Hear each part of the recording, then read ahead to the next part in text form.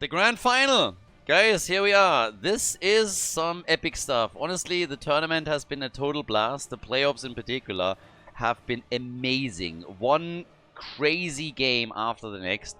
And this series is going to be awesome for multiple reasons. I mean, first of all, the fighters going up in a best-of-5 series now against the agents in the grand final. We've had these two teams already face off against each other, and it was in the first round of the winner bracket.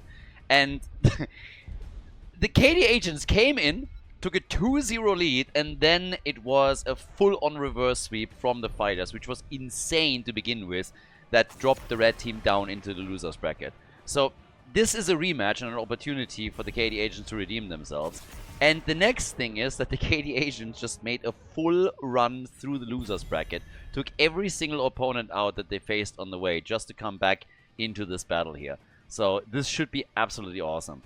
Heroes that get played cannot be played again, as we already discussed obviously several times. So if this goes to map number 4 and map number 5, there will be a severe restriction on the hero pool. But I can't wait to see how this works out. Are we now seeing the fighters, for example? Have they just like cracked the code on the agents and are now just crushing through that grand final? Or do we have the KD agents coming in with all of the experience, the warm-up they get previously, and make their move here? The one thing that's obviously noteworthy is that the red team has also now played 4 games in a row already. This is the 4th game. Their 3rd best-of-5, and they played a best-of-3 series. And they just keep on going. They had a chance to go for a bit of a longer break between the losers bracket final and the grand final right now, and they just didn't do it. It was like 5 minutes or so at most, and then they were like, alright, map spans, let's go. So they are eager. And yeah, I can't wait to see what's going on here. Li Ming gets locked in very quickly for Battlefield of Eternity. Both of the Shimada brothers have been banned out. And it's gonna be fun. A lot of teams banned Cho'Gall and some other heroes against the fighters, by the way. Not necessarily for Battlefield of Eternity, but don't be surprised if all of a sudden in game number 2 and 3 we're seeing a Cho'Gall ban starting to sneak through. I'm not sure how much the agents are really going to value that ban, if they're okay dealing with it or not, but there's a chance that the blue team picks it up if they get the opportunity. On BOE we get a very early pick in the Falstad. Not really all that common here. And we get Blaze too, which on the side lane is obviously a huge win. But that Falstad pick is already interesting. Not something that you see on BOE with such a high priority usually. Now we're looking at the top teams obviously in Heroes Lounge, and this should be a pretty awesome match that we're getting here. If you lose here, you're 2nd place, which is still pretty impressive.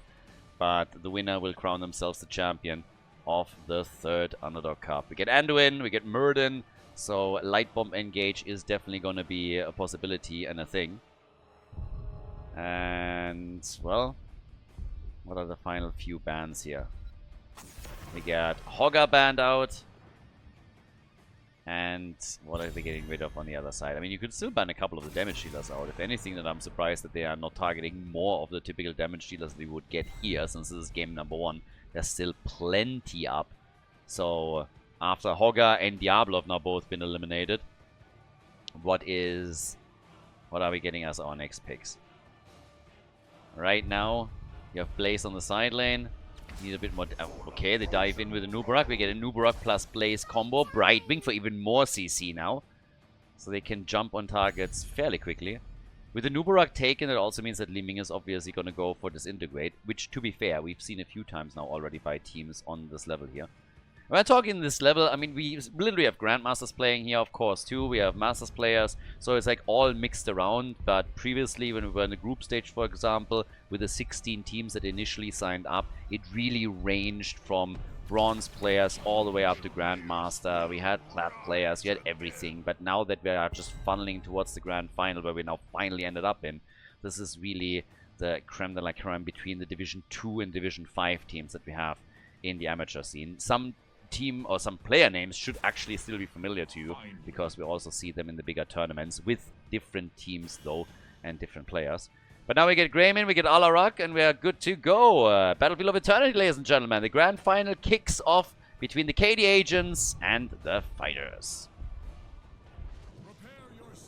Prepare yourselves, indeed, because on the left in blue, we now have Atrax on Falstad for the fighters. We got Sikish on Blaze, Aldante with Brightwing Akunis going straight in for an extended lightning build with Alarak, and we got Vivq on Nubarak.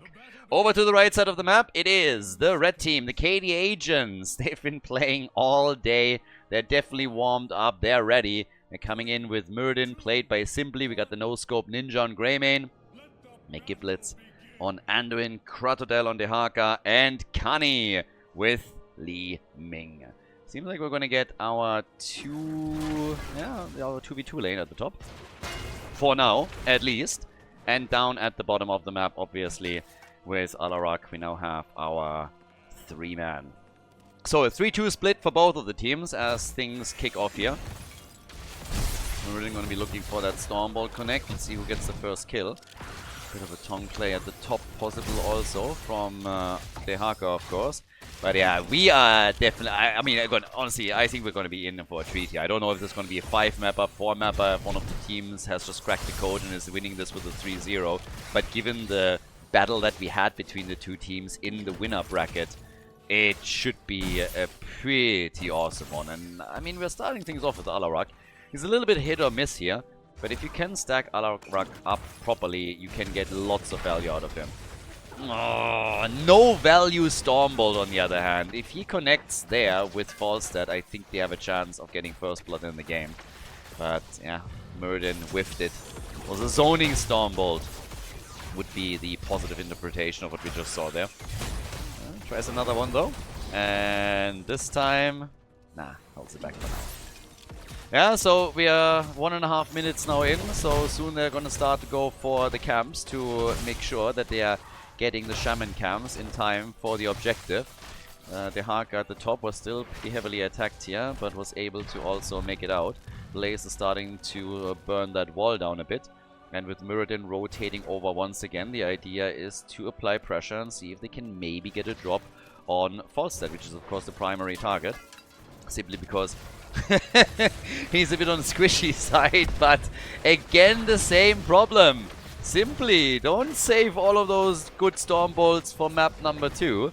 You can't pick Muradin again, so yeah, you need to land at least a few. Zoned it right in between the two and connected with nothing. Now we have level 4 about to hit. A bit of target practice down at the bottom of the map, and okay, he's still able to pull it off. There we go. Gets the Stormbolt connected, and that's exactly what they've been waiting for here. Now, we have the negatively charged, so Alarak is going to start to get the stacks together here and not only work on his sadism. Muradin with Sledgehammer for the added damage on the Immortal. We're having camps claimed by both of the teams. Didn't really make any moves, by the way, for those Khazra camps at the top and the bottom of the map, but instead it's just shaman camps that are being worked on as the objective is about to spawn, so it's Immortal time. Nobody risking anything just yet here. Everybody's still playing the safe. Oh, well, and as I say it, Muradin jumps in a little bit too aggressively, does not check that bush, and ends up pretty much unharmed. Was able to jump out. Second stun they missed. But a few stacks come together for Alarak. So also here. Oh, nice! The move into the Immortal stun. Good reaction from Anduin as he immediately played around this. Yeah, Falstad is still at the top. Back in the day, one of the plays that you oftentimes had on the map is that we would try and pick Dehaka, sit on the side lane, get level 7 for the team, or in the second objective level 10 back then, and then move into the team fight. Don't think that's necessarily what we're seeing here, but they really want the birdie. This time, the attack on Muradin could be a bit more successful though as well. So he is able to move out, and that's good damage from the fighters as they're starting to move in and pressure the Immortal. Muradin is still sitting on the edge. Misses the Stormbolt. Yeah, this is not really all that great for the KD Agents. They have now lost a fair amount of hit points on the Immortal, and all the pressure attempts that they executed did not really work. Now it starts shifting though as the red team is attacking and the blue team is starting off with the defense. We have 3 stacks on Alarak, already completed one of his quests on level 1. They go in again. Try for maybe Dehaka here. Falstad was chased, They get the stun, and it's again Anduin that ruins all that coordination. And Nubarak is running straight into the Immortal stun. Vivq needs to be very careful here. That could have been the end.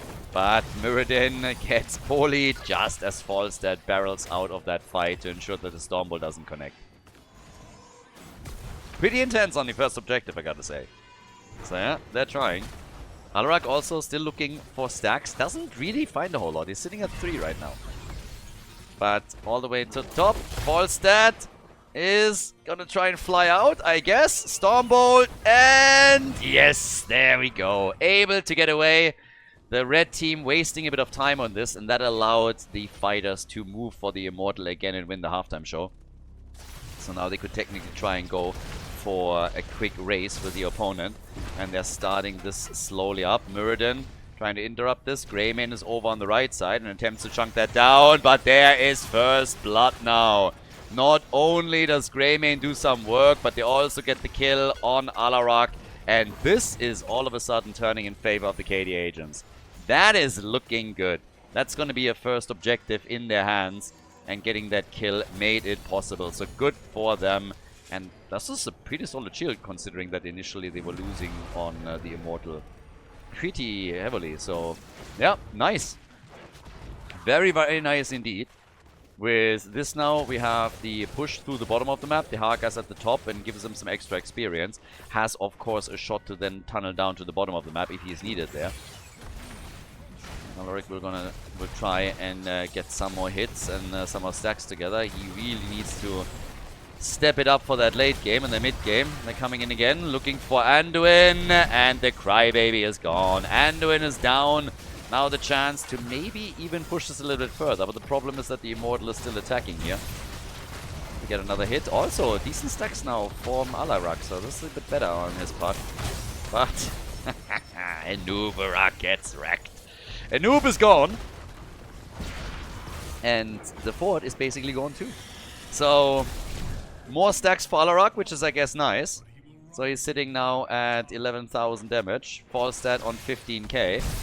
But the start into the game, a little bit questionable for the blue team. They might be able to slowly get some momentum with a few of their heroes. But Alarak died, Anubarak died, and more importantly, the fort is really low on the blue team side. So yeah, that's an issue. But here comes again the KD agents as they're moving in.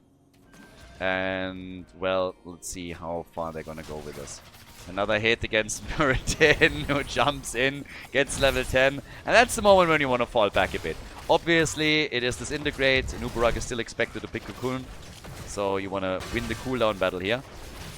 Some free damage on Muradin that you're still going to take. But you should also make sure that you're not getting forced into a fight with an opponent that's running heroic abilities over you. There's Cocoon, all the abilities that you would expect. Muradin is moving in aggressively. Dehaka from the back. Counter-strike is being used. They could go for Muradin, and they take him down. The fort still standing. They want to drop it, and they do, but it costs them. It costs them Muradin, it costs them Greymane. And Anduin is just making... No, actually, they're still going to get the kill on Dehaka, aren't they? Anduin was trying to save Dehaka, but now Dehaka is gone, and Anduin falls as well. Full on 4 heroes down. Oh, that was nearly a 5-man team wipe here. That was close. But yeah, they chased them hard. That jet propulsion and slow from Blaze was fantastic against Anduin. Now we got 95 sadism again for Alarak. He has 17 stacks on level 4. And it's just generally looking way better here. Now, the red team, the KD agents, they're using this as an opportunity to take their own camp. Seeing the aggression coming in from the fighters, and they're going to win the halftime show 4-3. So they can still then rotate over and take their own shaman camp, as they should.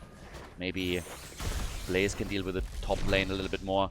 But they, of course, also need to attempt and defend over here. So, Camp and Immortal are both up at the same, but the Greymane aggression on the right side is now focusing on the objective completely, not on the team fight. So if they give him too much time, then he is easily going to negate all of the work that they've done initially.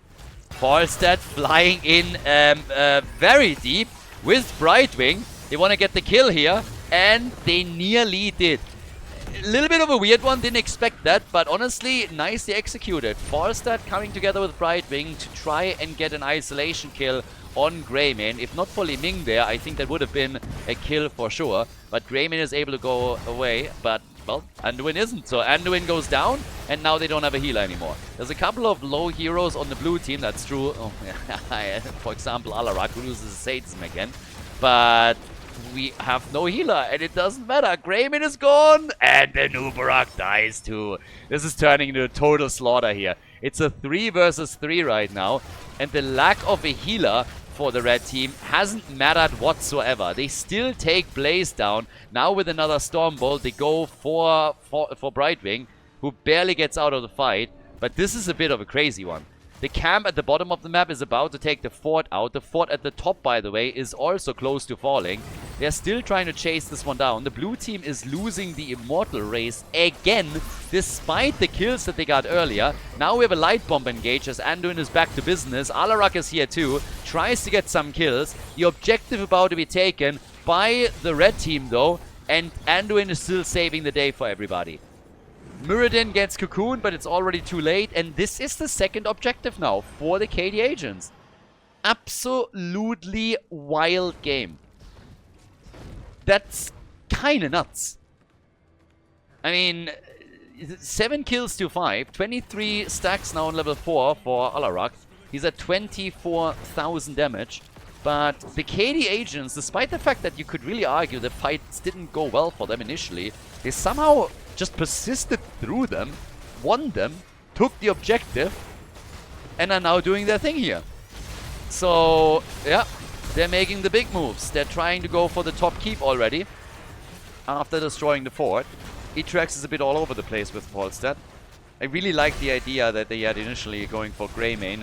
If that would have worked out, it would have been a totally different story. But now there's the leg and maybe even the kill on Nubarak. Brightwing saves the day. And it's just nasty.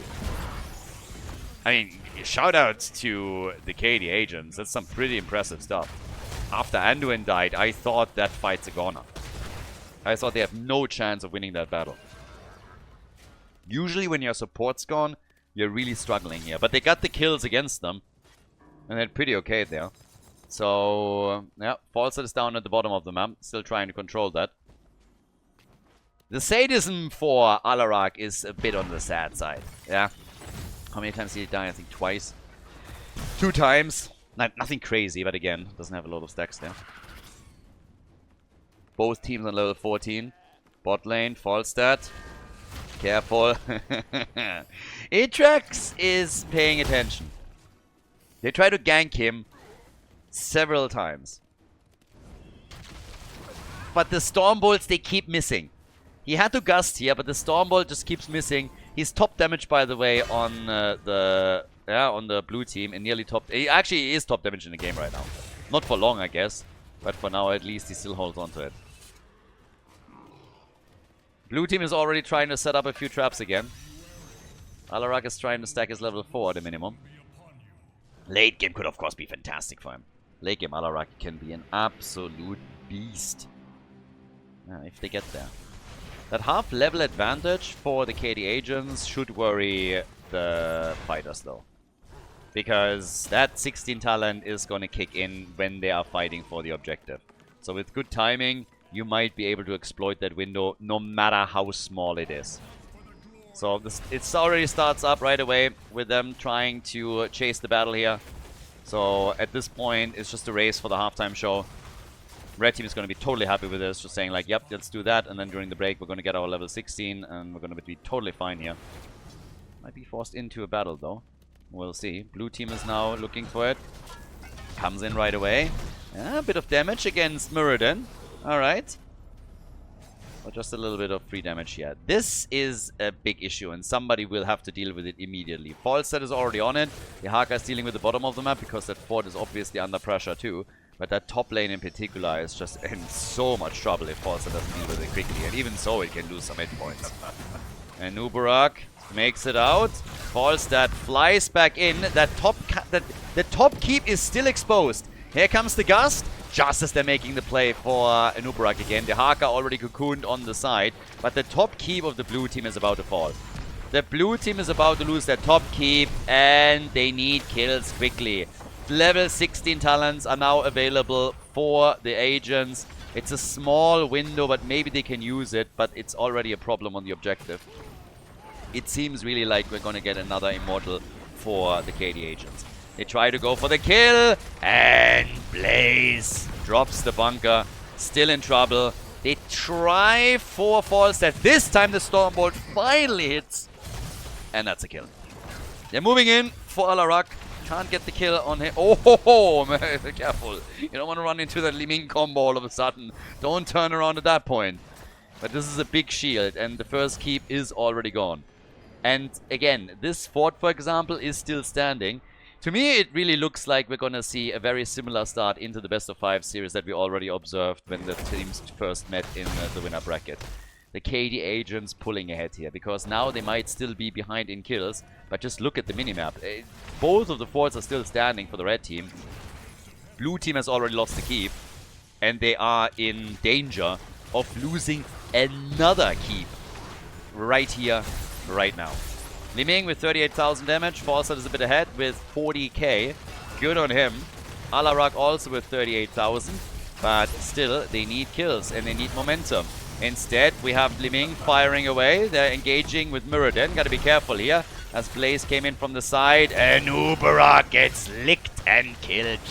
Nicely done. And even Falstad was in trouble here. Now they're coming in on Alarak. And this should be another kill. Alarak goes down. The keep is toast 100%. And they might get more. They will get core damage in. The only question is it going to be enough to end the game? It's a 5 versus 4 with 20 seconds left until Anubarak is back in the game. They go for another lick on Blaze. The core is falling. That's the lead right there. The KD agents, relentless today. 6 hours of playtime already under their belt. And they still lock in another win as they're going up against the fighters in the grand final. GG. We're going to head straight into game number 2, but before we do, once again guys, if you enjoy the coverage on the channel here, if you enjoy the match, please like and subscribe. Subscribe to the channel, like the video. It also helps to boost the game to an even wider audience. And of course, it helps to get people back into Heroes of the Storm as the algorithm recommends the videos to people that were interested in Heroes of the Storm in the past. So again, before we continue, if you haven't done it yet, subscribe to the channel and like the video. Appreciate it. And with that, we're heading straight into the second map of the series. The KD agents have taken the lead, and we're going to all direct pass as our next map. And well, we got first pick for the fighters. It starts essentially up the same way that we've had when they faced off against each other in the winner bracket. Now, the interesting part with all of this is, of course, that back then I already said that I feel a long series benefits the fighters because they have a bigger hero pool. Again, just projecting here, they have Itrax on their side, they have Akunis on their side. They got a couple of pretty experienced players here, where you would just expect that as it continues and the hero pools get smaller and smaller and smaller, that they're going to benefit from that. In the winner bracket at least, that was really the case, but we'll now see how this plays out. The ban on Illidan is again happening. The KD agents have already followed the same pattern when we were in the winner bracket, so we'll see what happens there. But right now, of course, I am curious. We had 10 heroes played, those can't be played again. The KD agents, especially at the end, I mean, full momentum swing from them. They just snowballed that hard. And now they have a chance to continue that in game number 2. They are impressive though. It's currently 9 o'clock CEST, and we started today's matches at 3 o'clock. So for 6 hours, they have now been playing in every single series. And they not only still go strong, there's no complaints, there's no asking for breaks. When they get offered a break, they're like, let's go. And yeah, it's just amazing. I'm honestly really impressed by them. It's not only the fact that they are just able to play on that level and just make that work time and time again, but also that they're just consistently rocking one map after another. Setback doesn't matter, just bring that momentum into the next series, and they're crushing it. So no matter how this ends, huge shout out to them. Fantastic performance here. Very, very enjoyable what they're currently pulling off. The entire tournament has been a blast, honestly. And again, as I said, if you want to support tournaments like this, tournaments like the Murky Cup and other things, best way to support the channel is right there on patreon.com/Khaldor. Big shout out to everybody that already supports it. It is by far the best way. It gives you a bit of a planning horizon that you can work with, where you have a bit of an idea, okay, what can we actually like pull off? Not always just the ad hoc things, just easier to plan if it's a more consistent thing. So big shout out to everybody who supports the channel there. And again, if you want to support the Heroes of the Storm esports scene, consider contributing there too. I mean, we've been doing it now for 6-7 years. Oof, long time. Ever since Blizzard decided to kill off HGC and Heroes esports, we've been keeping it alive with one tournament after another. So if you want to support this, that would be the way right there. Varian and Sonya. I like myself a good taunt into leap. Taunt into leap is kind of fun. This is probably the one thing that I can maybe point out a bit, where a lot of the amateur teams, when we're talking for the Munchies, for example, still lack a little bit. They sync their abilities up, which is nice, but you can always optimize it a little bit more to increase the CC chain even further. So for example, in this case, if you have Varian dropping a taunt, and then in the same second the leap comes through, that always wastes like half a second or a second that you could stun the target out even further. And with a lot of the stuns that are being used by teams, if they can just queue those up a little bit differently, they would get even more value out of it. But that's obviously then detailed work, a lot of optimization going through with this, but it can really help you to secure a kill that you otherwise might lose out on. Sylvana's banned, Malfurion also has been eliminated. We get Leo and we get Lucio. For Alderac Pass, I mean, Lucio is going to be annoying no matter where you face off against him, but on Alderac Pass is also quite nice. Can run circles around you on the objective and interrupt the channels that you have there. If they go into something like, I don't know, some damage dealer on structures, they can maybe make a move there. But now that we have Varian and Sonya, I would expect some burst damage from the fighters. As they're of course going to try and equalize the series right now. Samuro for the side lane addition. And Orphea is going to slap a little bit. Okay. So, triple front line. Orphea with the big slaps on the coffin.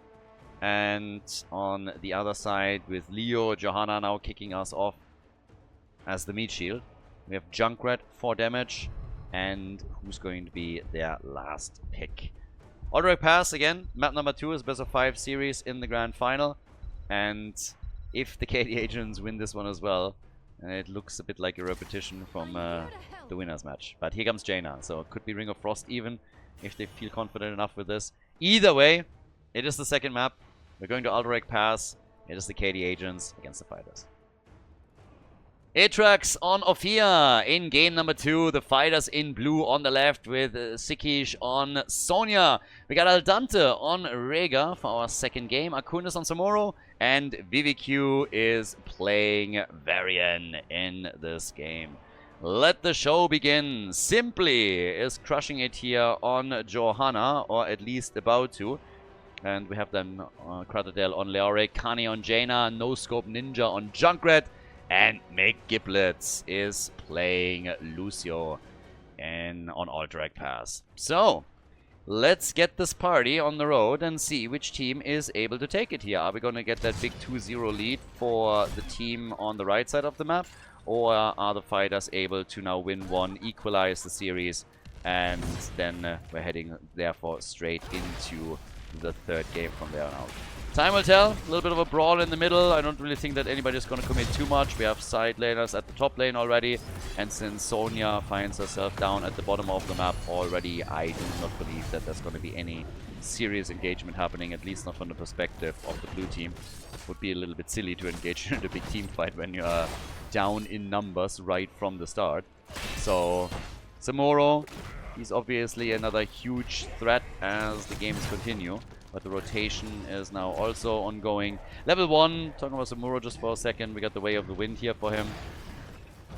So definitely a windy affair on his end. But the next aggression is already coming through. And, well, it's camp time. 1 minute markers pass, and that's obviously one of the biggest things that you always wanted to get on the map. Make sure that you lock that camp in whenever you can, as reliably as possible, to apply some pressure in the mid lane. Outside of the bosses that spawn at the 5 minute mark, that's still one of the most important things that you can possibly get there. Yeah, in addition to that, Already looking at pressure in the middle. They're a little bit faster with their camp. They might actually be able to use that for some damage on the wall now. So that is not too shabby here. Let's see how far they can get with this. I mean, again, they're nearly taking one of the towers down, but it's nothing crazy. It's still a bit of a slower start into all of this. This is the grand final after all, so teams will be a bit more hesitant to just go over aggressive, especially, of course, since the Varian composition was waiting for Taunt to be available, which is going to be the big linchpin for a lot of the team fights. And now that we have it, they can tee up other plays to follow up on this, and yeah, just trying to capitalize on those. And that's essentially what's right now happening here. So top side, a little bit of damage against Leoric, already doing that. Varian still looking for opportunities where he then can drop the taunt, but they need to make sure that some of the damage dealers are ready on this one as well, or it's just going to be an utter disaster for them. In an ideal world, of course, you have already Leap available, assuming they go Leap in the first place. But I guess that's a pretty safe bet at this point, if they want to extend that CC chain. But once that they have that, this is obviously going to be quite nice to try and pressure, let's say, Junkrat, Jaina, Lucio. With Jaina, it's mostly a thing before she completes her baseline quest and gets the ice block. Once that's in, she has definitely some tools to play around this and avoid the biggest part of the damage, or at least delay it and allow others to move in and help her out. But yeah, Cam's claimed again. The blue team hasn't taken theirs, so they are actually a little bit late to this now. And Sonya, I guess, is rotating as we speak to deal with it. But they are a little bit late to that party. This might be something that the KD agents can exploit now, that they're moving through the mid lane and trying to do exactly that. So, yep, here they start to move in, and they get a kill. First blood, Varian is down. Varian eliminated, level 7 talents have just kicked in, and that is nice for them. They take the gate down, they take the tower down, get the pressure here, slight lead in experience, and of course taking Varian down also allowed for a bit more momentum in that situation. So, not bad. KD agents are going to be happy with that. Then again, next fight over here, so we're trying to go for the objective. Lucy gets a bit slammed around, but is still fine. I mean, we also have at the same time still off here. She's obviously going to try and just slap this out. Ever since Disciple started to pick off here in the last few tournaments, she has started to play more and more of a role, which is actually quite fun. It's not really a massive, high priority pick that you see in every single series or anything of the sorts, but it's still fun to see a few more off-here picks at least for now. Lucio is able to move back for a bit of mana. We have at the same time at the top Kratodel still locked into his 1v1 against Samuro. He has to deal with all of this. And Samuro with a lot of pressure here, so Akunis is doing exceptionally well there. And the blue team is now trying to go for the objective. Junkrat interrupts it pretty reliably. That's one of the annoying things on Alderac Pass when you're going up against Junkrat, because he has the range to just easily interrupt you from the safe distance. And for the KD agents, well, they have their camp taken right away. Earlier they were late, now they have 3 heroes instantly going for the camp. Instantly. And actually we are seeing even a progression on the objective as they're taking this. So they get a couple of seconds. Varian is looking for a taunt target. Another push in the middle, and even Leo is starting to come back down from the top. They're closing in on level 10 abilities too, so this is actually going to get interesting. If they get a kill, for example, level 10 is inevitable, and then they're going to get the objective for sure. Leo is there, drained, Samuro isn't here. That's a numbers advantage for them right now, and they're going to get the objective. I mean, I don't see that not happening, but Ophir slaps Jaina around. 6 seconds missing on the objective. Ophir is low, gets killed. Varian is low, drops Leo, but gets slowed down by Leoki, and they still can't get the kill, but they can get the objective. Problem is that we have Samuro also with a lot of value up at the top lane. Leap, by the way, as expected, is the weapon of choice for Sonya. Yeah, no surprises on the ults. Junkrat, for a second, he made it look like maybe he would go for something crazy, but that didn't happen either. And now Samuro is going for the top side fort, and he is going to get this one. If he's willing to die, which apparently he isn't. Yeah, if he's willing to go down here, then he would have taken it. But now they're trying to go for... Yes, Jaina! Orphea all of a sudden appearing, just dropped Jaina, so she is dead again. And that is pretty annoying when you're the KD agent. Jaina was just dead a second ago, died in the fight over the objective, and then she thought she could be the one to intercept Samuro and maybe turn this, and all of a sudden Orphea comes around the corner and that's the end of her. But Samuro is still not out of this. Samuro is gonna get killed here. So he's trying to get away, but gets crushed. Samuro gone, and well, so will be the fort at the bottom of the map that Leo pushed with. So the objective doing a little bit of damage. The first one usually doesn't really do all that much damage. You get the wall, which in this case has actually happened at the top with the exception of that one tower. Bit of damage in the middle. Oh, Leorki actually dead.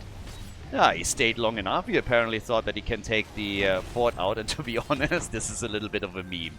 Hit points where? I mean, don't tell me there's supposed to be hit points here. That is a big fat 0. And after Leo wasn't quite able to take it out, we have Jojo coming in and just saying, alright, I'm gonna do it myself. So a quick shield glare. Not quite sure how exactly that damages structures, by the way, just saying. But somehow it does. So the building is all of a sudden blind, and yeah. Topside fort gets also destroyed, so you can argue that the objective didn't really accumulate too much because they are both walking away with the same structural damage. But who might not be walking away is actually Samuro. Now, he does because the rotation was coming, and this time they want to dodge out on it. But what about Orphea? Yeah, well, she had some really nice ganks from the side as she flanked in, but this time was a little bit too much to ask for. This time it's Orphea that dies.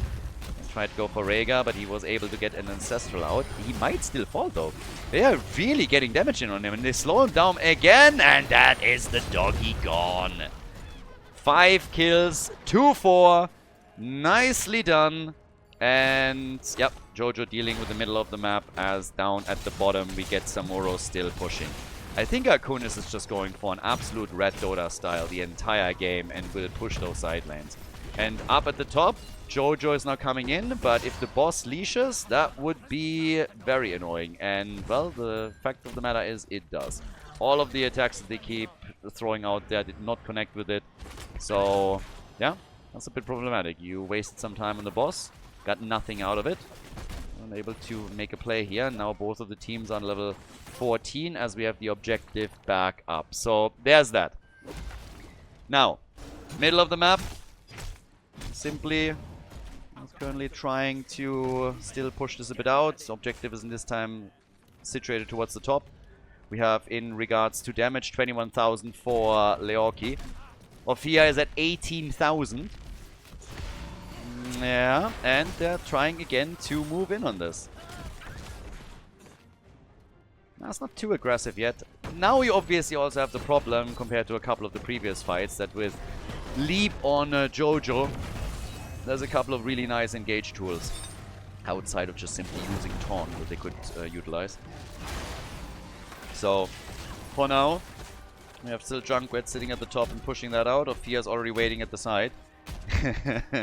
Yeah. You gotta get away from Varian. Once that Varian is there, especially when he's with Orphea already, you're gonna die very, very quickly. If she has to pop the ult, she will. And they're already trying to do the same thing up at the top, where now we have the Blessed Shield being used. Leap is in. Oh, and Orphea made it. Damn son, not bad.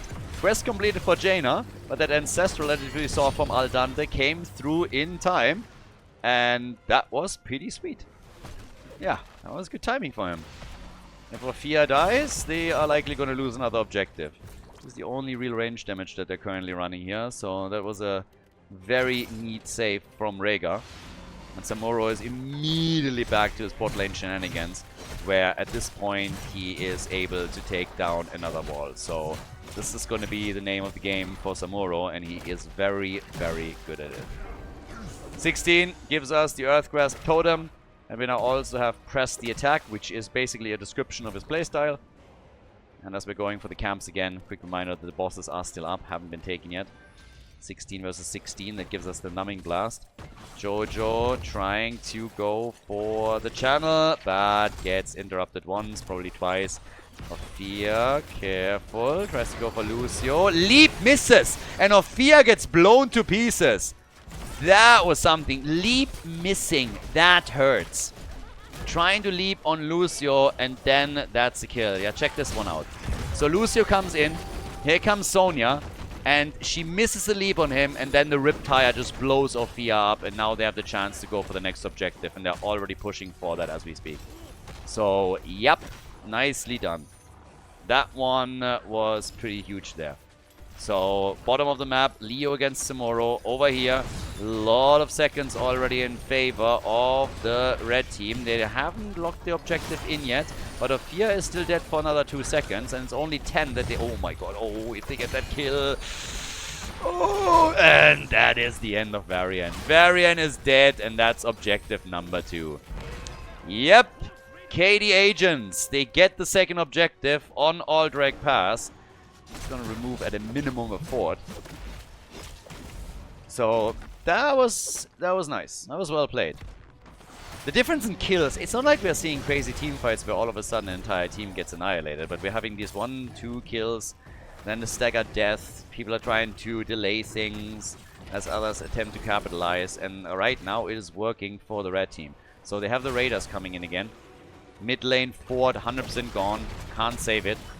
Top lane, different story. We'll see. Also, we'll see how aggressive they are here in the middle. Are they simply saying we're going to the top and destroy the next fort? Or are they even hoping to get some damage in on the keep? And it seems like they're actually looking for a kill against Sonya. She has leap. Jumps away. And yeah, is able to make it. They were not...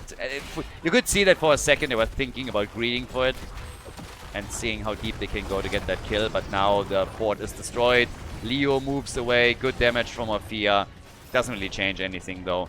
All of the forts are now gone and the keep walls are getting a bit attacked. The only problem is really that continuous pressure from Samuro at the bottom of the map.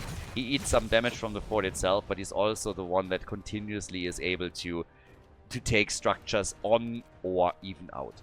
So, yeah. They know where Samuro is right now, but do they? They might have missed him. The attack at the bottom of the map is not triggering aggression from the blue team though, but they're going for the boss at the top. So they're essentially just trying to make the counterplay on the other side of the map. 50 stacks now also for Leo, as he's already pushing the lane out a little bit further. Trying to escort this in more aggressively. Yeah, mid lane. Samuro doesn't let up. If you look at Samuro's numbers, his hero damage is not bad, but you compare this to his siege damage. He is sitting on those side lanes the entire time. Gets chased away now, but yeah, boss taken on each side. Everybody's just going to try and defend this. The level 20 talents are now available too, which gives us the Mix and Fire. We got the Radiating Faith and Winter Mute for Jaina, but more importantly, of course, the upgrade for Entomb, which is going to allow Leoric to get very, very aggressive here. If he connects that, they are gonna lock in some kills. Yeah, boss gets easily defended. Bottom of the map, so he's the same. But the objective is up now. So now that we're talking about the prisoner camps again, this is what the teams are likely going to focus on. You're on level 20, so what else are you going to go for? The bosses are already taken, so it's essentially the only thing. Make a play for the camp and see what you can get there. After level 10, we now have Monster Within as an upgrade for the old Ophia. Yeah, and everybody is just going through the camps again, and it's just double checking what else they can do here. Double check a couple of bushes, see exactly what the opponent is positioned, and then move through that. It's kind of funny to me, by the way. If I'm not mistaken, Varian has now been at 24 stacks on his level 1 for a pretty long time. I suppose he completes it now. There it is, finally. 16 minutes in on the dot. Leo moves away. Junkrat, a little bit aggressive straight in front of them. Leap with Crater and Riptire. Jojo is alive and oh my god. Leo is gone. Jojo's alive. Rhaegar is dead. And you would rather lose Leo than Johanna. And they killed Sonya too. They kill Samuro. And they kill Varian. They're KD agents. Wow. The fight more or less out of nowhere, and then it's an Arta Carnage play. Leoric sacrifices himself, he'll be back quickly, and they get in total 4 counter kills. Now the opportunity to go for the objective, the opportunity to push for the middle. They're trying to isolate Ophia too, but that is just nasty business. 11 kills to 5, and it is time for momentum. They're gonna grab the objective, of course, but they're trying to soften up some of these walls more than just to make this easier for themselves. And Leo, yeah, he's back. If he lands an Entomb, for example, Ophia would fall too. But anything that they can do in regards to damage is already a massive win. And if they can take down the keep and therefore the first armor shield on the boss, on the core, then even better. Would allow them to push, let's say, through the bot lane next. And this is what it looks like. They're trying to steal the camp here. And, boah, that gave so much momentum to the KD agents. So they have a chance to establish that 2-0 lead again. That alone is not going to win them the series, though. I mentioned it before, and I'm going to say it again. They had a 2-0 lead in the winner bracket as they went up against the fighters. And then the blue team turned it around as the series continued. And we moved from map to map, limited the hero pool more and more. So even if now the red team wins the map, that does not guarantee a victory in the match itself.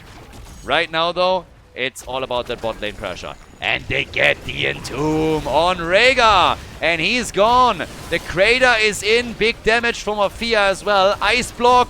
And bye-bye, Sonya. Bye-bye. Sonya's gone. And this could very well be game. At this point, you're talking about a push at the bot lane to remove a second armor shield from the core. Only 3 defenders. So Muro is currently not even here. Has to move down. Was defending the top lane instead. And this is just disastrous for them. The armor shields are gone.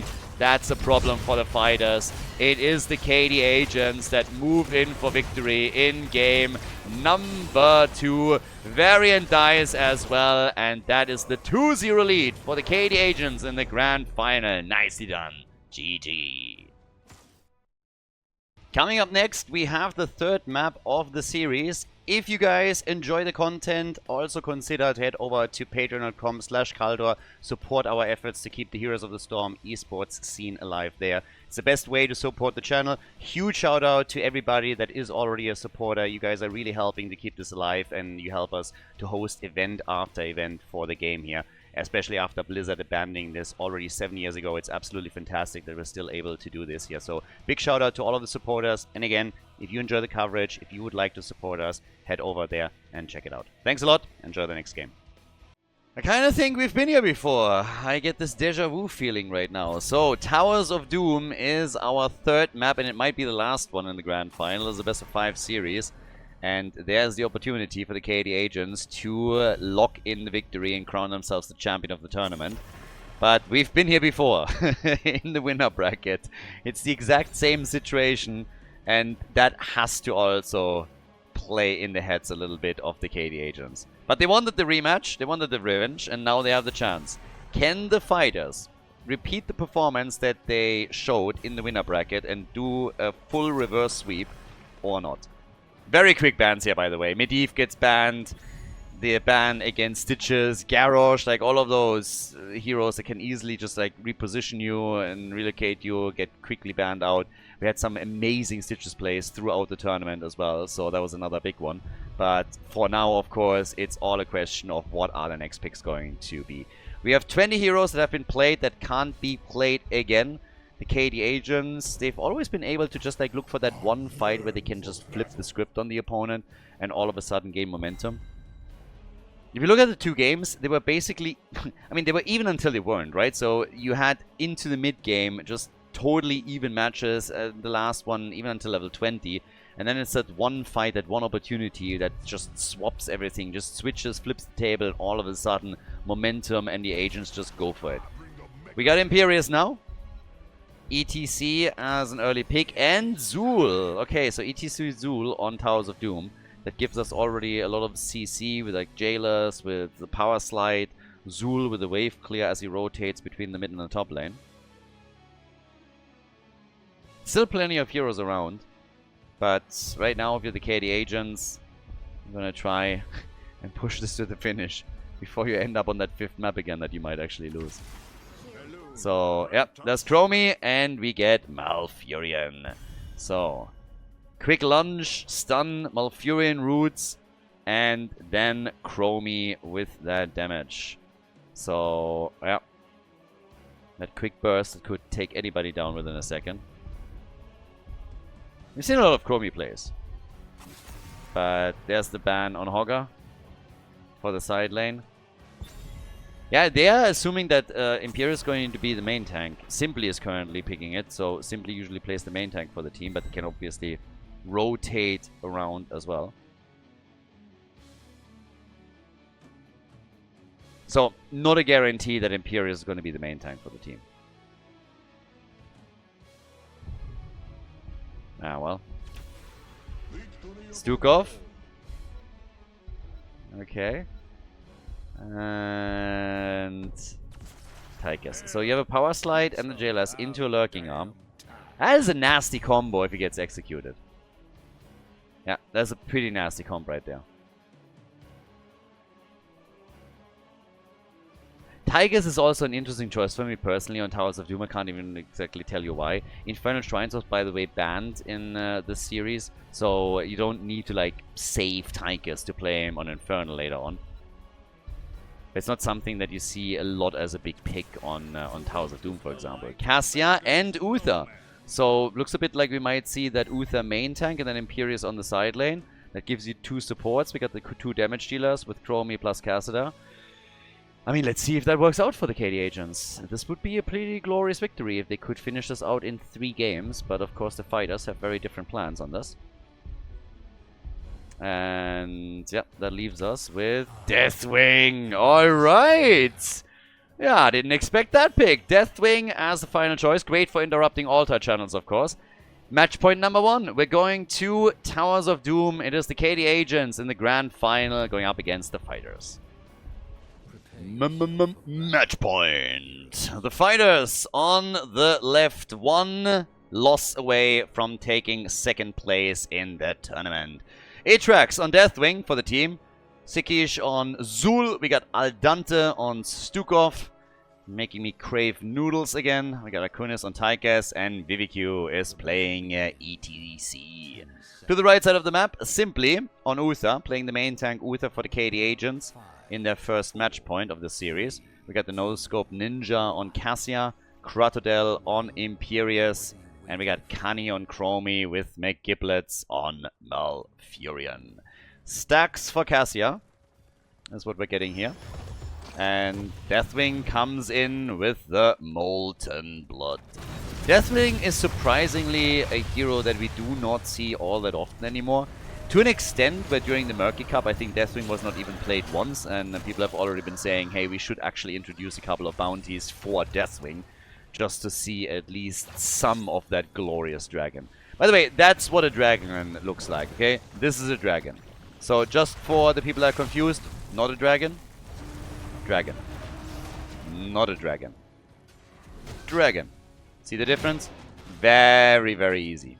And, well, that was an easy kill at the top lane, so now it's the fighters that are starting with first blood here. So, yeah. Again, if I'm the red team, I have flashbacks. It is very rare that you see a reverse sweep, and it was probably one of the most impressive ones that I've seen in that winner bracket match between the 2 teams. If you haven't checked it out yet, I can highly recommend that you go back to the YouTube channel and have a look there, because it was an absolutely amazing battle between them. And for the KD agents, even with a 2-0 lead in the best of 5, they must now be thinking about that loss and be like, okay, please don't happen again. And sometimes in a situation like this, you just start getting into your head and it makes matters worse.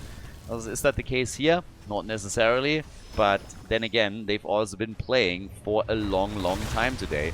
They seem to be fine with it, but it obviously is going to take a toll. Now, that's, of course, what happens when you drop down into the loser's bracket. That's the disadvantage that you have there.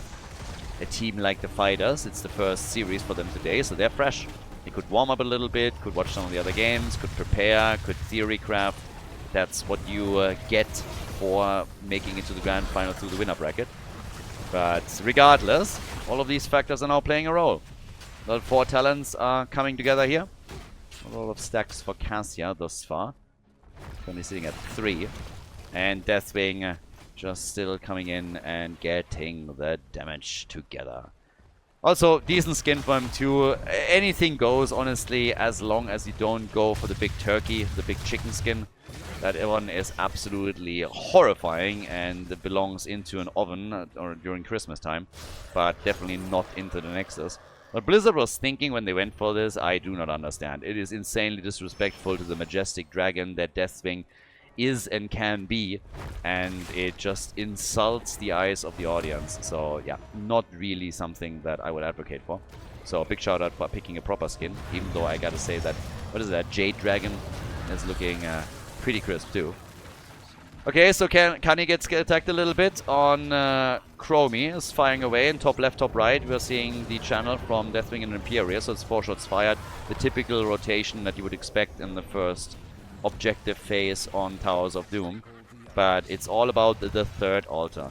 This is something that Deathwing in general can also do a lot. He can always come in and try and interrupt. Superhero landing already. And then gets trapped by the fake dragon. ETC. ETC. Yeah, well, they're trying to go for the barbecue over on the right side. And ETC moved in again and is somehow still alive. Honestly, I don't understand how. That looked multiple times as if he wouldn't make it. And he was still able to pull it off. So, I guess good for him. Moved into the middle. Went to the fountain. Got a quick sip. And is now ready and good to go again. ETC also has gone straight into Echo Paddle. So, a little bit more clear on the sides as well. Already pushing them back out at the bottom of the map. Cassia still slow on the stacks, only sitting at 10. Usually want to have roughly double that at this point in time. Didn't have too many fights though, so that also plays of course a role. And that altar, just to name one example, it's still being fought for. So both of the teams are still active around it and are trying to make sure that nobody sneaks in of the opposing team and just, yeah, steals it or anything. As we can see right there. I mean, for Cassia it's not too bad, as long as there's always somebody channeling. She can come in with a couple of hits and make that work. Malfurion is always ready to moonfire the ass of somebody, so he could do that too.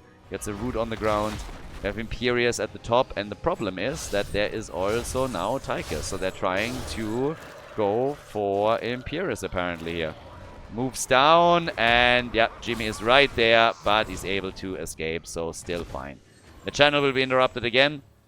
Single kill in the game so far. And still some poke against ETC. They have the ult from Chromie. Can they go for the kill? And the answer is nope. Not happening because Stukov was paying attention. Scorched Earth from Deathwing as they come in swinging here, and the fight just breaks out anew.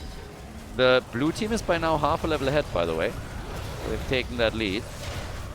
Again, the play for ETC. I mean, ETC is a really thankful target there the entire time. They're coming in for him over and over again, but he's able to self-sustain, move away, get out of the fight again. So it's a little bit tough for the fighters to get a kill from the looks of it. They, of course, have the double support with Uther as a main tank, but we are still battling this out for the first objective phase. Still the one altar from the first one. And we are now 6 minutes into the game. So this is taking an eternity and a half. But Aldante is finally able to channel it because they are about to hit level 10. There it is. Gives us Odin. And if you're the red team, you don't want to fight into it, so you give up the altar. Let that slide. Skeleton Mages again for Zul, and the stage dive for ETC, which was kind of telegraphed after the level 7 talent at the latest. Already hinting at it, of course. And yeah, this is like that altar took forever. So we now have level 10 on both sides, which gives us Uther's Divine Shield again. We get Malfurion also with the heals, coming in with Tranquility. Not going for an Emerald Dream. Yeah, and with the top lane being the next target. I mean, Imperius, Gradadel is playing this really smart. Well, maybe not. He has been playing it very smart, baited that out too, as they are attacking the bottom of the map. They are the entire time just trying to go for a gank against him, and he's been playing super safe because of it, and for very good reason. He got killed once, and ever since then he smartened up very quickly, stays on the mount, is just slowly dipping towards the bush, for example, and baits out anybody that could hide in there. So yeah, he's been doing well. Not dying in that situation where they were so eager to get a drop on him is also in and of itself a little bit of an achievement. That's one of the big things now sometimes that if nothing happens, you already played it right. And him not dying after they were clearly setting up traps for him just showed that he realized the situation and played it extremely safe when they didn't have any kind of vision or info on where exactly the opponent is, always assuming that there's a gank set up for him.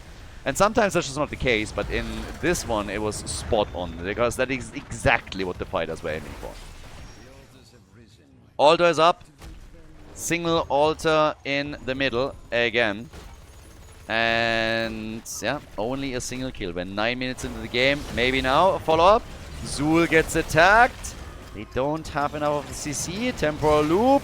There it is. Big damage, but not enough. Zul escapes. Or does he?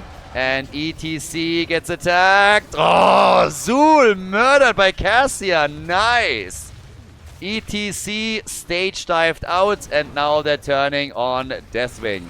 The altar, though, got channeled by the blue team. So while they were chasing kills, the objective was channeled by the fighters.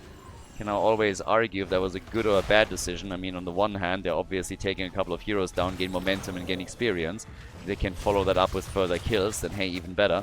But giving the objective up is also a slight setback for them. So, again, coming in with the barbecue play here. In the middle, we got Imperius now moving towards the top. They are nearly even in experience at this point in time. Also allowed Cassia to get some additional stacks, which is nice. And talking about her, she's actually moving to the bottom of the map for some damage now. 36 stacks. Not insane, not horrible. Yeah. And still gets the hit in against Deathwing and the rest of the team. Once more, the play for Tychus. Ah, that route was a bit too slow. Still able to get the connect, though. Arcunis was right there. So he eats the damage from Chromie. Zul and ETC are both at the top now, and it's just continued performance and pressure against Khaldor. Time and time again. Now, the red team is therefore, or was therefore, at least initially, a numbers advantage at the bottom of the map. But now that we have the double altar spawning, it's a big question on who's going to take it. So far, the objective has been dominated by... dominated is maybe overdoing it a little bit, but more or less dominated by the fighters. They've only given up a single altar so far, and that was during the triple altar phase at the beginning. ETC... Whoa! No way. Really? He's getting out like this? Okay, good for you. The altars are now active. ETC needs to try and hearth back and buy himself a bit of time. It seems like they're going to let this one go. Al Dante is getting one channel for free. Over here, they go for Zul, and he's gone. Zul is dead. Can they do a bit more here? Yeah, Lurking Arm is in. ETC is... ETC was definitely debating whether or not to go for a stage dive here. He was actually hesitating a little bit as he was back at the Nexus, and it looked like he would jump in when the two of them got caught. Yeah, now the play for Deathwing maybe. Still try to interrupt and delay as best as he can. Level 14 to 14, and we also have an advantage in experience now once more for the blue team.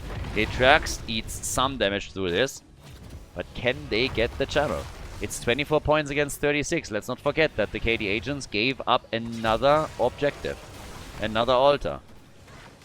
And right now, Deathwing is taking to the skies and cannot interrupt it in time. Oh, and they can't definitely interrupt that damage. Stukov gone, and now Tychus is able to get out.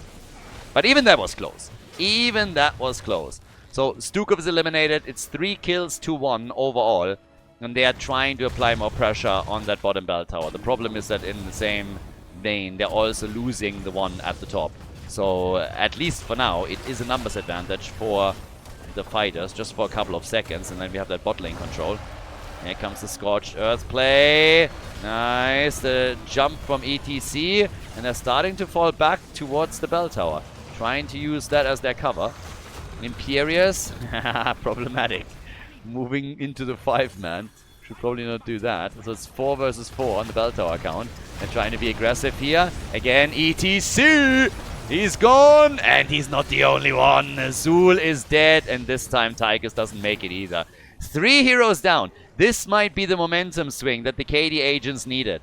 This might be it. Both teams on level 16 talent. Cassia has 67 stacks now, and she's still not top damage for the team. Chromie is way ahead of her with 38,000, as Cassia is looking at 29k. But both of them are above anybody on the blue team side. So the fighters have now started to, again, fall behind. They are way ahead on the objective, but they have fallen behind on experience and also on kills. The big news is, though, that they are able to do lots of damage against structures, as you can see down here. The bell tower already at 50% of its HP, and then you look over towards the top lane, what's being done by the KD agents there, and it just doesn't reflect that. The next objective is also a little bit of an awkward one, because despite the advantage of the KD agents, they will at a maximum get one of the altars, so it's going to be an even channel. And that will still put the blue team into the driver's seat on simple core points. Scaling in the late game is everything here, but there's still an 8-point gap between what the fighters have on the core and what we're seeing from the KD agents. So, yeah. For now, so 77 stacks now for Cassia. She's getting the numbers in. Gotta give it to her there. So, Cassia is definitely working the numbers for the team. A little bit more damage done here at the top, and Imperius is falling back since they already told him, dude, there's a rotation coming, you need to fall back a little bit. And Deathwing is slowly and steadily using the range and all the tools at his disposal to take the bell tower out. Got some assistance right now, Chromie that is, to try and prevent that from happening. But they're also guarding the top lane. So all the teams, they're just holding on to whatever they have in regards to infrastructure right now to try and somehow still get the advantage on this. They're going for the next camp. Same as happened at the top, by the way. There's a full 4-man currently pushing, and defending this is going to be super dangerous. Uther's on his way. Who's going to try and help out with it. But they're trying to push them away as is. And the pumpkins, one made it through. The rest gets defeated. 19 to 28 points on the core. And down at the bottom of the map, they're scoring all 3 in. Alright, that's 3 shots fired. Good for them. Closing the gap a little bit. It's now 6 points. And can they get that bell tower before the altars are becoming a problem? I don't really think so. Probably should be able to get a channel for free at the bottom of the map. Well, you got Deathwing, so he's most likely going to try and interrupt it and delay it for as long as he can. But yeah, maybe a chance up at the top. Chromie at the bottom of the map. And with 80 stacks for Cassia, she's still coming in here and starting to poke a bit. Damage output, 42,000 for Chromie. Chromie at the bottom of the map. Yeah, there it is. Deathwing just doing Deathwing things. Being mega annoying. And the blue team has already taken their own. So now it's really just about what's happening up here at the top. There's a couple of interrupts happening. If Cassia can use this to keep stacking, that is going to be a nice tool for the late game. Chromie is, of course, going to attempt at the bottom of the map to get control. But right now, there's the channel. Zul is, yes, interrupted again. Cassia, nicely done. Deathwing now in play at the bottom of the map, trying to get the channel for them as well. And up at the top, what we're getting is Tychus with commitment to Odin. Went for the ult. 8 stacks, 8 more stacks now for Cassia. She's really using that to her advantage. Malfurion with the ult. They're isolating Zul here.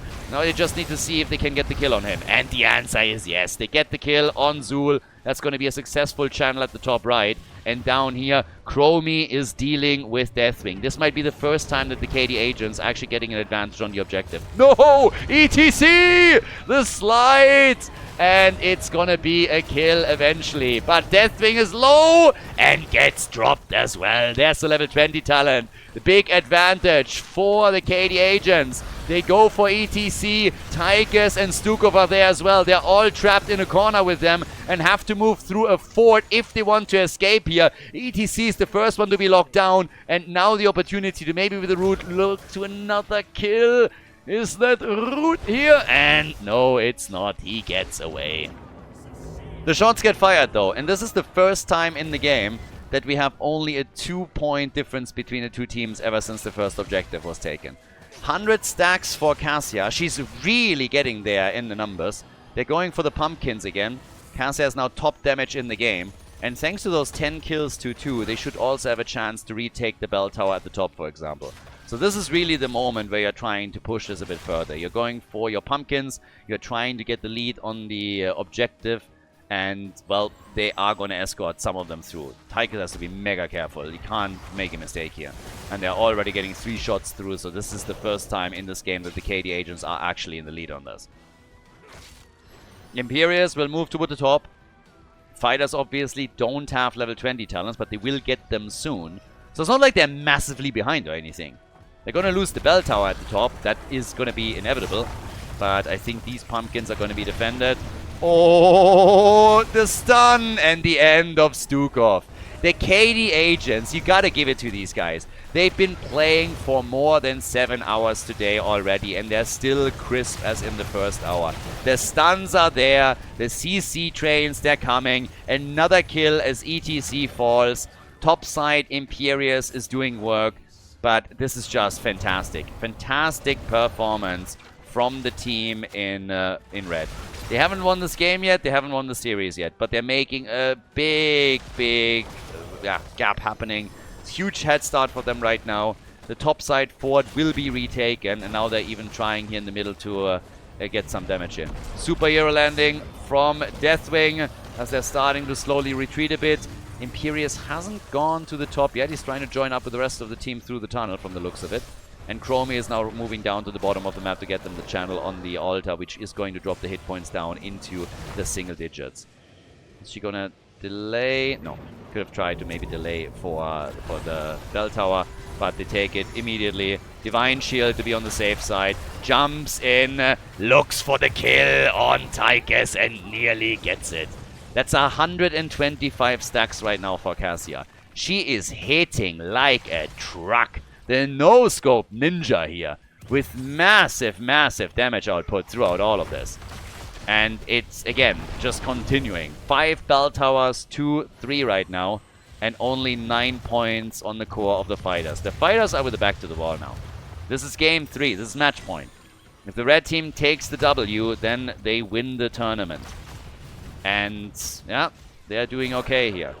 Zul using all of his wave clear again to try and get them control over a couple of extra bell towers and mitigate the situation a bit. But this camp, for example, has been continuously now farmed. You can see it in the experience gap too. I mean, it's after level 20, so it doesn't matter that much, but it's a 1.5 level gap between the two teams. On level 20 to 22, that's pretty impressive, if you ask me. So there's more pumpkins, and that's the core down to 6 points. 4 shots fired, thanks to the boss. So there's at least a trade happening. 6 points to 11. It's close. It's a close game on Towers of Doom, as so often. Now Zul is starting to move in. Imperius is still sitting at the top. And it is an altar at the bottom of the map. That's one to fight for. If the red team takes this one, then it's 2 points. Actually, no, it's like 1 point on the core of the blue team, which would mean a single pumpkin is going to take it for you. Here comes the ult from Chromie, and the kill. They'd have no chance whatsoever. Huge kill. 5 versus 4 now. In comes Deathwing with the barbecue play, but the Divine Shield is keeping Cassia alive. She is dishing out the damage. They go for ETC, and he gets away, but boy is he low. They get the channel. 5 shots fired, 1 point on the core is all that is left right now. They try again. They get the lunge. E.T. E.T. See you later. Oh my god. Some of the plays that we're getting, just nasty business. 72,000 damage from Cassia. Compare that to Deathwing, who's the top damage dealer for the blue team. 52,000. And Chromie, of course, she as well with 71,000 and these continuous temporal loops. They're about to lose the bell tower at the bottom of the map though, and that's going to be a bit of a, well, maybe not problem, but a bit of a setback, because right now 1 pumpkin connect is going to win them the game. They have a set of pumpkins coming through as we speak, actually. If they can somehow get a kill here and then escort those in, then it's just lights out. And they get that kill. They do, don't they? Zul is gone. Zul is gone. Here come the pumpkins. That is the moment where they're going to try and push, and the blue team has to defend, needs to create space, needs to be aggressive. And they kill Uther. Uther is gone, but he has redemption. and should be back in a second. The Pumpkins don't make it through, but all of the blue team's heroes had to be massively aggressive with their positioning and nearly died. And now it's a double altar at the top, and they get the Pumpkins here as well. They could really tee something up. If that bell tower doesn't get retaken, then it's now Pumpkins plus altar at the top that you gotta deal with. Good luck with that. Also, Cassia is just getting stack after stack after stack. Nice move here from Tychus, I like it. That was important. That was mega important. But they are setting up around the top now. They're going for the channel. Deathwing is gonna interrupt. Deathwing will interrupt this now. The Divine Shield! They're cheesing it! The Divine...